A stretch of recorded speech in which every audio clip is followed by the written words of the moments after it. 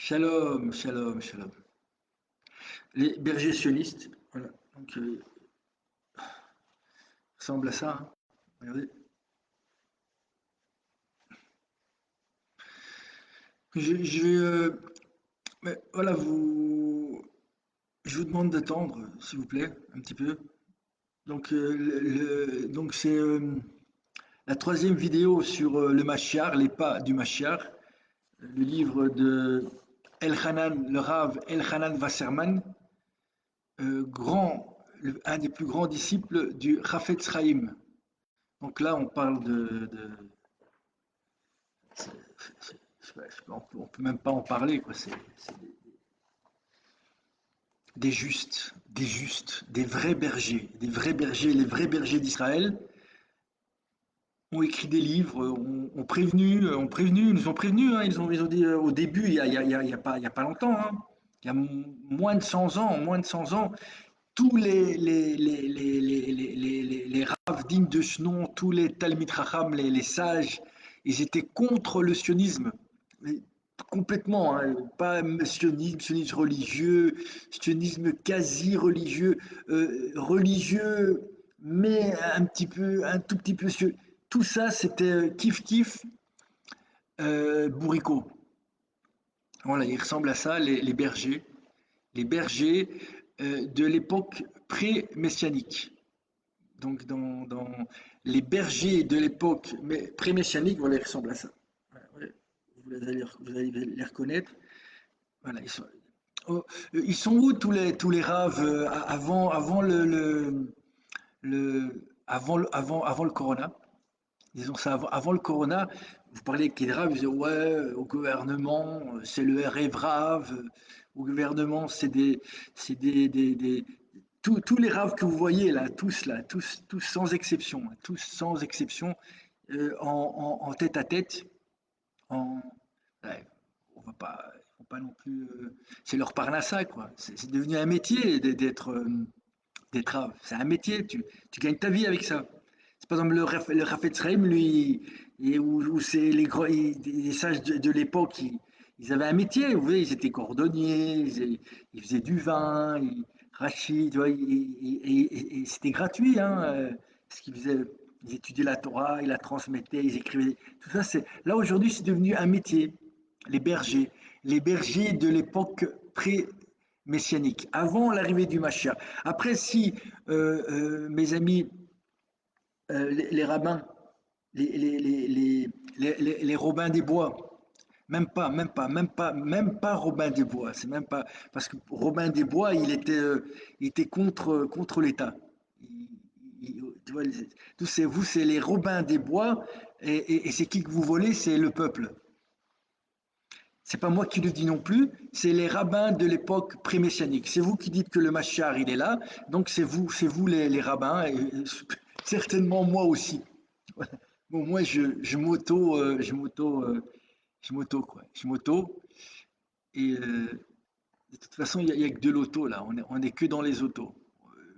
Auto, selfie, c'est que de l'auto. On s'auto. Alors, ouais, vous pouvez partager, mes amis. Prenez des risques dans la vie un petit peu, hein. Il paraît qu'il y a un best-seller qui est un Chinois ou un Japonais, que n'ayez pas peur d'être détesté. Écoutez, dans un monde où la vérité est détestée, donc ça ne veut pas dire que vous pouvez aussi être détesté parce que voilà, c'est par exemple si tu tues des enfants, tu tues des femmes, tu n'arrêtes pas de mentir, et on te déteste, on te déteste pas parce que tu as une kippa, hein, parce que tu es un menteur. Tu es un menteur.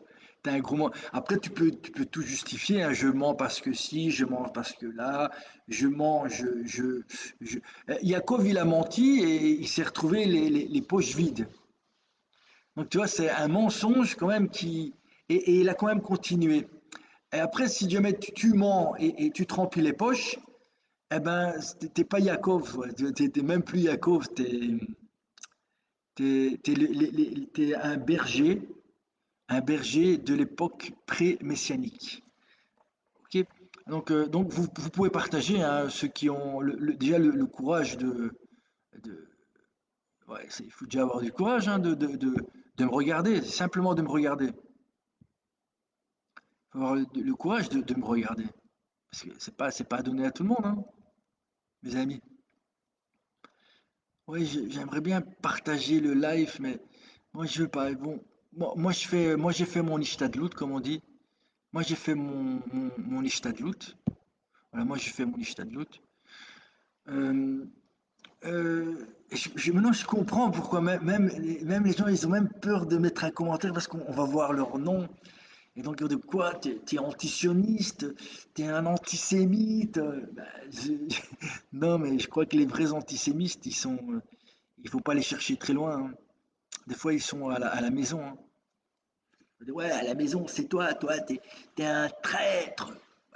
Ouais, si tu dis bonjour, salam, shalom, ave, tout ce que vous voulez, mes amis, tout ce que vous voulez. Du moment que, ouais, je sais pas, même le shalom, c'est devenu. Normalement, voilà, il y a deux formes deux manières de faire le shalom. Il y a le shalom, la paix, et puis shalom à la Pinchas. Mais Pinchas, il empale un juif qui est devenu débauché, hein. Il tire pas des bombes de 3 tonnes sur des gosses et des femmes, hein, en disant que c'est des animaux ou c'est des amélécites. Il était au courant. C'est-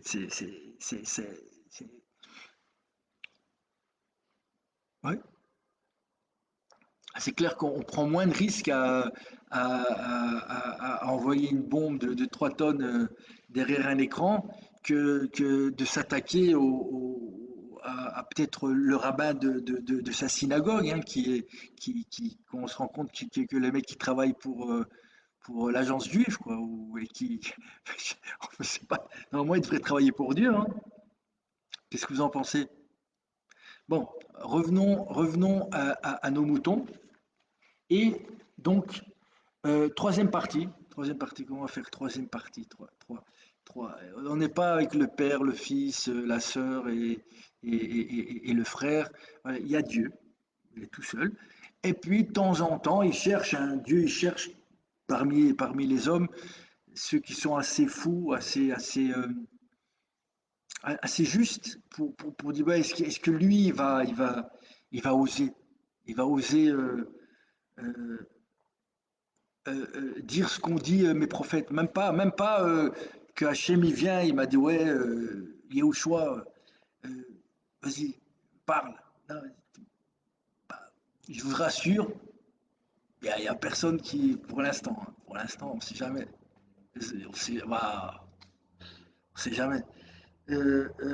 Non, Ézéchiel, toujours le même, Ézéchiel, celui que nous avons poignardé. En plus, dans le parvis du Beth Amikdash. Après, il ne faut pas s'étonner qu'on détruit le Beth Amikdash, hein. C'est pas les Romains qui ont détruit le Beth Amikdash, hein. C'est nous. Ce jour-là, quand on a poignardé Ézéchiel, on a détruit le Beth Amikdash. Lui, c'était un Beth Amikdash, à lui tout seul. Lui, c'était une Torah. Et c'est ce qu'on fait aujourd'hui, hein. Là, on essaye. Là, c'est mieux. On essaye ouais, de poignarder le patron, quoi. On n'a pas peur, hein. On n'a pas peur, hein. Vous n'avez pas peur, hein. Moi, je tremblerais, hein. À votre place, je tremblerais. C'est vous qui dites qu'il y a le Machiar, non? Le Machiar est là, il va se dévoiler, il est là. Moi, à part à part des condamnations pour crimes de guerre, génocide, mandat d'arrêt international, et vous, vous envoyez, vous envoyez vos enfants dans son armée à lui, que, que, que les sages disent que c'est l'armée du Révrave, juste avant la venue du Mashiach. Donc vous envoyez vos enfants dans l'armée du Révrave, c'est ça, hein? Ah oui, c'est ça? Ah non? Ah, il y a quelque chose qui... J'ai raté un épisode? Non, je crois pas. Je crois pas que j'ai raté un épisode. Je crois, ici, ouais, je lis, je vais lire. Je vais lire. Alors, Ézéchiel décrit avec précision la génération pré-messianique. Donc, la génération. La génération, normalement, dont devraient s'occuper les bergers. Alors, c'est-à-dire nous le Ham Israël, pas les Israéliens, hein. Les Israéliens, ça n'existe pas, ça n'existe pas, les Israéliens. Il y a les Martiens, ça n'existe pas, ça n'existe pas. Il y a, il y a, il y a, il y a, il y a, il y a Israël, une terre, et puis nous, mais pour l'instant, il n'y a pas. Il n'y a pas. Quand il y aura le Mashiach, et peut-être, si, en espérant qu'on va pas essayer de, on va sûrement essayer de, on va re-essayer de le supprimer, bien sûr. Il en classe les membres en 5 catégories. Donc il y a cinq catégories de juifs, bah, même pas juifs, disons d'hébreux, d'Israël, le peuple d'Israël. Alors, un, il y a les affaiblis, deux, les malades, trois, celui qui a une fracture, quatre, l'écarté, et cinq, le perdu. Il est perdu. Je répète, l'affaibli, le malade, celui qui a une fracture, donc il a une fracture, hein, il est blessé, l'écarté, il est écarté, et le perdu. Les trois dernières catégories, celui qui a une fracture, l'écarté et le perdu. Je répète parce que moi aussi ça me permet de ne pas perdre le fil les caves, le fil. Alors les trois derniers cas représentent trois sortes de renégats. C'est des renégats. Celui qui souffre d'une fracture évoque les fauteurs séparés du peuple juif qui ont totalement rejeté une ou plusieurs mitzvot. Donc déjà, pour eux, c'est déjà, on a une fracture déjà. Une mitzvot, hein, c'est une petite mitzvot qu'on fait pas quoi. Si voilà, quand je sors des toilettes, je me nettoie, pas besoin de me nettoyer les mains, voilà. C'est pas grave, si je me nettoie pas là. Ou avant de manger, voilà, ouais, je décide que je fais pas, par exemple. Une petite mitzvah, quoi. Voilà, je fais pas, ben je suis déjà un fracturé. J'ai une fracture de la neshama, une fracture de l'âme. Fracture, fracture de la. Il est le mec qui est fracturé, quoi. T'es un fracturé. On est tous fracturés, quoi. Ok. À partir du moment où, voilà, c'est pas que tu oublies ou tu veux pas, tu dis, quoi, je fais pas. J'ai pas besoin. Voilà. Moi, je fais une fracture entre moi et vous. Voilà. Voilà, il y a une fracture. Alors, comme l'indique le Gaon de Vilna, un grand sage, un grand tzaddik, un grand juste, l'âme de celui qui rejette une mitzvah se trouve amputée d'un membre.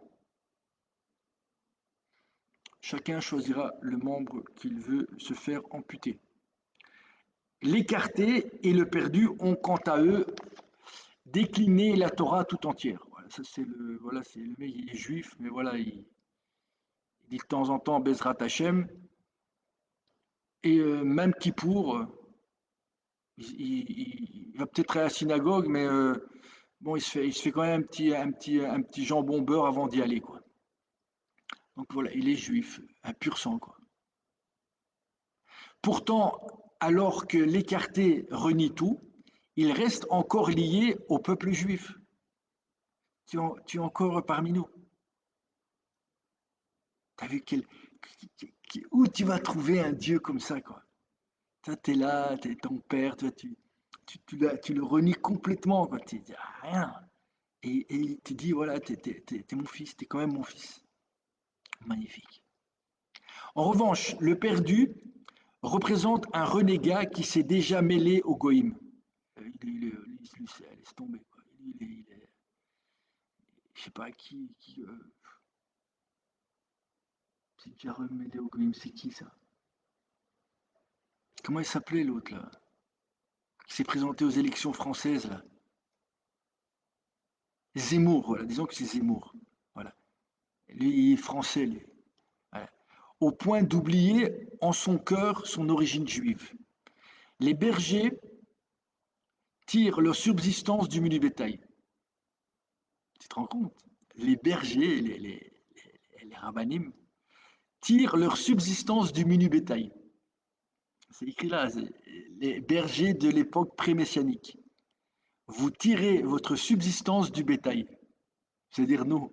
Je comprends pourquoi les Palestiniens, pour vous, c'est de la vermine, c'est des, c'est des animaux. Donc imaginez, eux, c'est ça. Donc nous, et puis parmi les Juifs, il va y avoir aussi des animaux, des Amalécites, et puis on va tuer tout le monde. Hein. Tout le monde est antisémite. Après, il restera plus que tout seul, donc vous devrez peut-être vous tuer tout seul, puisque peut-être que vous allez commencer à croire que vous êtes il y a de l'antisémitisme en vous. Ouais, c'est possible ça, hein. On dit souvent le loup, ce qu'il complote, il pense que l'autre pense. Bon, revenons à nos moutons, dont les bergers se nourrissent. Canine, canine. Alors, vous en mangez les graisses et vous revêtez de la laine. Toujours Ézéchiel. Je comprends pourquoi on l'a 34.3, c'est pour ceux qui doutent. Hein. Il dit, vous en mangez les graisses, vous, oui, toi qui dis que le machar, il est là, on est dans l'époque prémessianique, tu es en train de te nourrir de la graisse et de revêtir de la laine avant de l'envoyer à l'abattoir. Oui, c'est toi. Ici, c'est Ézéchiel qui le dit. Ah oui, c'est trompé, Ézéchiel. Ah ouais. Et ont pour fonction de se soucier du troupeau. Or, ils s'occupent que d'eux-mêmes. Les brebis errent par monts et par veaux, laissées en proie aux bêtes sauvages, et nul ne s'inquiète ou ne se met à leur recherche. Au contraire, ils leur mettent un casque, ils leur donnent une kalachnikov, une petite des tzitzit quand même, les tzitzit parce que voilà, il faut avec le logo de l'entreprise. Vous comprenez? Moi aussi j'ai un logo, mais pas encore l'entreprise. Qui sait, peut-être je vais devenir aussi un. Sûrement, hein, sûrement. Peut-être pour ça, merci de me garder dans l'anonymat et, et, euh, et m'empêcher finalement de m'engraisser et de porter la laine des moutons. Je n'ai pas de moutons, je n'ai pas de brebis. De temps en temps, quelques spectateurs, pour les plus vaillants, cliquent et partagent. Mais sinon, moi, j'ai pas de. J'ai pas, donc voilà, donc laisser en proie aux bêtes sauvages. Ouais, peut-être fallait dire à ces jeunes-là de pas, de pas faire des rêves parties à côté de gens ils sont un petit peu énervés quand même. Hein. Ils sont un petit peu sauvages, hein, bêtes sauvages. Et nul ne s'inquiète ou ne se met à leur recherche. Donc, personne qui va les chercher. Ouais, mais non, mais là, ces gens-là, ils vont aussi, ils vont à Tzal et tout. On va là-bas pour les ramener dans les yeshivot, hein, en fait. Je ne crois pas. Je ne crois pas qu'ils les amènent pour. Au contraire, ils vont bientôt devoir envoyer eux-mêmes leurs enfants. Ah oui, c'est d'abord, comme on dit, d'abord c'était les autres, et puis on est venu te chercher à toi.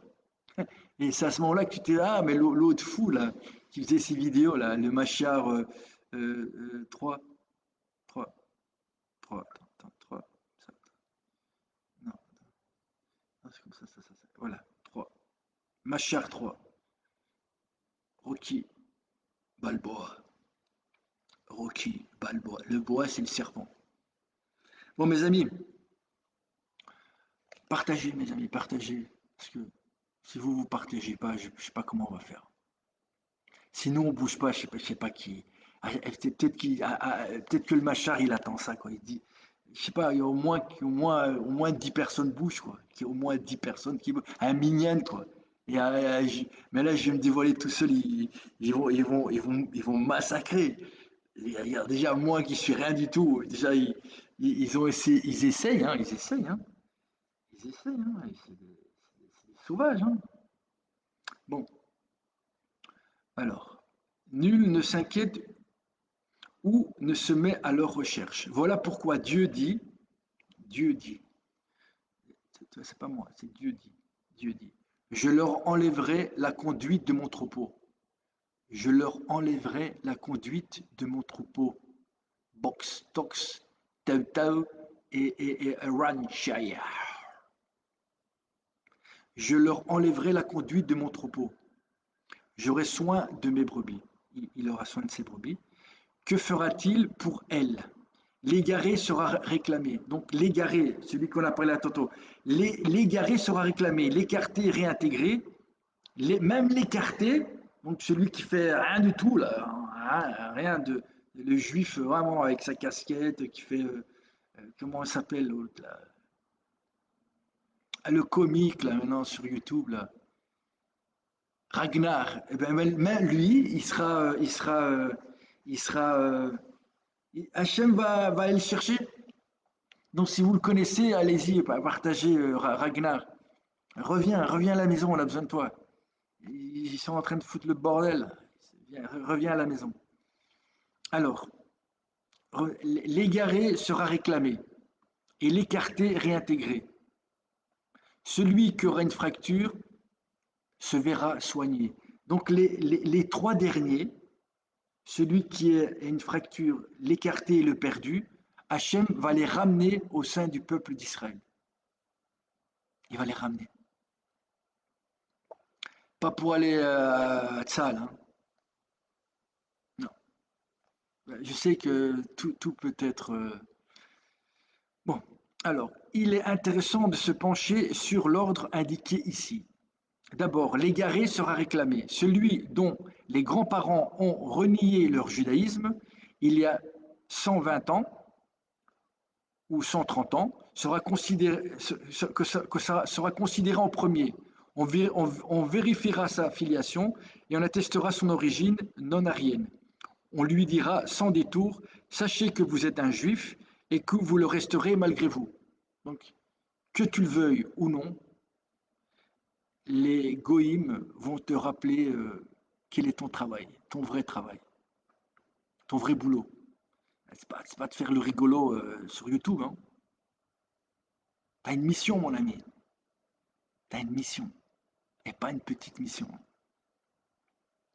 Alors,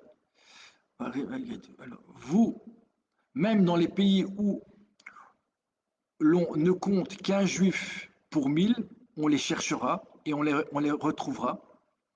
On reconnaît là notre situation actuelle. Ce processus ne fait que commencer. Il se propage d'un pays à l'autre à grande vitesse. Après cette première période d'identification de tous les égarés, débutera la deuxième phase où l'écarté sera réintégré. L'écarté uniquement parce que les perdus font partie de la première catégorie des égarés.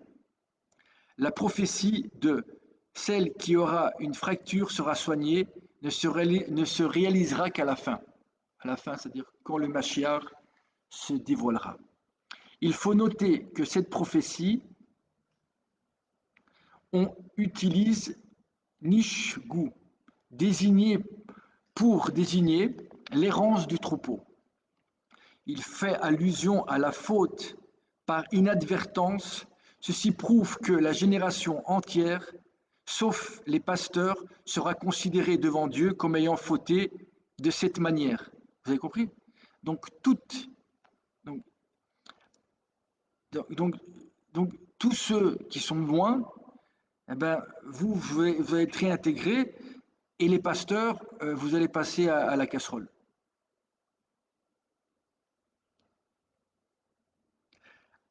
À la faute par inadvertance. Ceci prouve que la génération entière, sauf les pasteurs, sera considérée devant Dieu comme ayant fauté de cette manière, par inadvertance.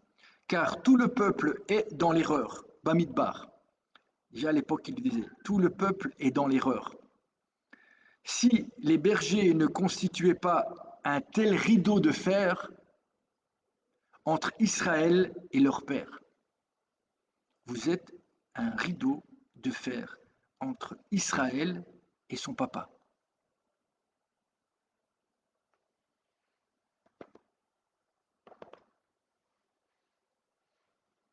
Moi aussi, hein, c'est clair.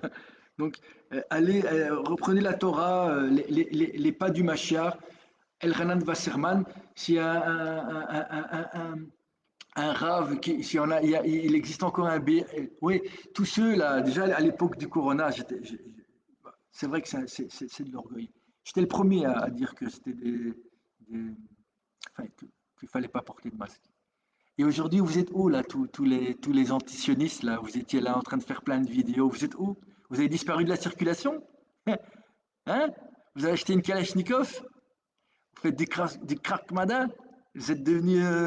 Oui, mais non, mais on est antisioniste, mais on envoie quand même nos enfants à Tchad. Ça, tu vas m'expliquer comment tu fais, hein. Ça, tu m'expliques. Dans la Gemara, il dit que les minimes, tu dois même pas prendre leur chemin quand ils sont pas là. C'est pas que tu dois pas suivre leur chemin. C'est-à-dire que le chemin où tu sais qu'ils passent, même s'ils sont pas là, tu peux pas passer par ce chemin-là. Tu vas faire un détour. Tu comprends? C'est la Gemara qui dit ça. Et toi, c'est pas que tu as pris le chemin. Toi, tu construis leur route. Tu leur fais le chemin. Tu es devant et derrière et tu es garde du cœur de ces gens-là. Ouais, toi. Et moi aussi. Ça, c'est sûr. On continue, mes amis, on continue.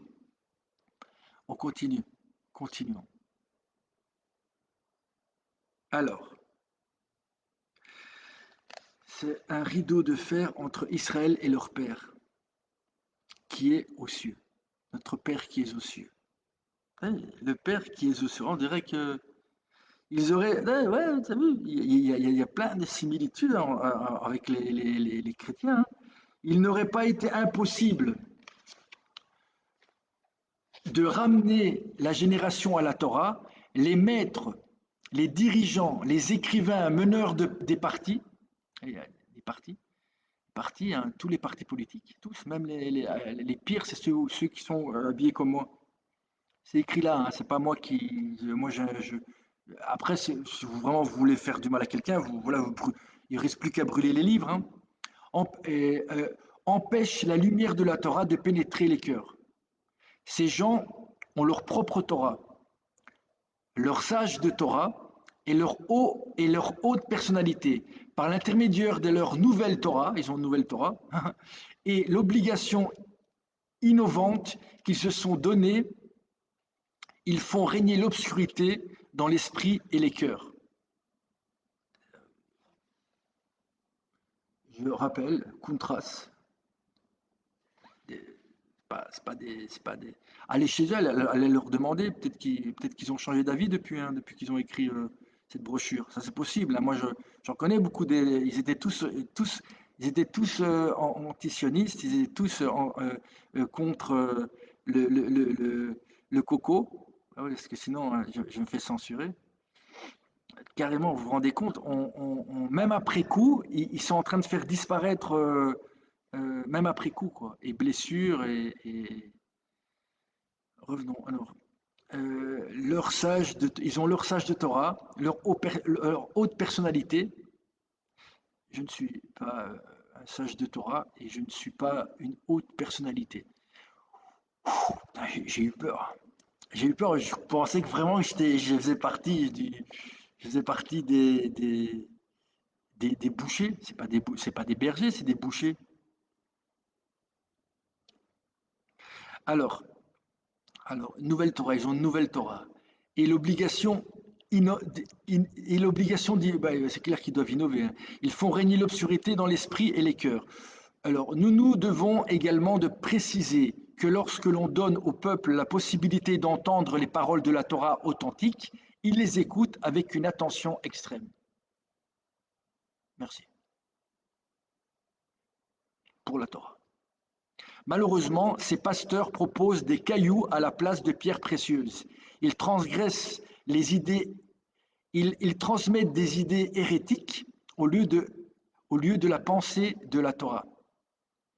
La moquerie et la grossièreté, sans oublier une parcelle d'obscénité, constituent l'amalgame le plus lu et écouté.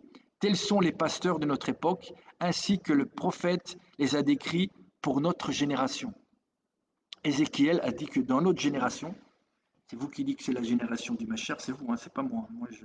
Moi, je pense pas que le Machar, il va arriver chez vous, hein. Ça, c'est sûr qu'il va pas. En tout cas, moi, je l'attends, hein. Moi, je l'attends vraiment, hein. Ah, ouais, c'est clair je vais passer aussi la casserole, hein. Mais j'ai l'impression que vous, hein, c'est vous les rabbins, hein. Moi, je suis pas rabbin. Je ne suis pas rabbin. Qu'on se le dise, hein, je ne suis pas rabbin. Vous me donnez du mariage, j'appelle à peine j'arrive à lire. Mais quand je comprends ce que je lis, je le comprends. Alors, bon, on va, on va, on va arrêter aussi la vidéo maintenant. Qu'est-ce que vous en pensez, mes amis? On a combien là? On a combien? 30 minutes, c'est bon. 30 minutes, c'est bon. On va faire la prochaine vidéo. De nouveau, on est avec Ézéchiel.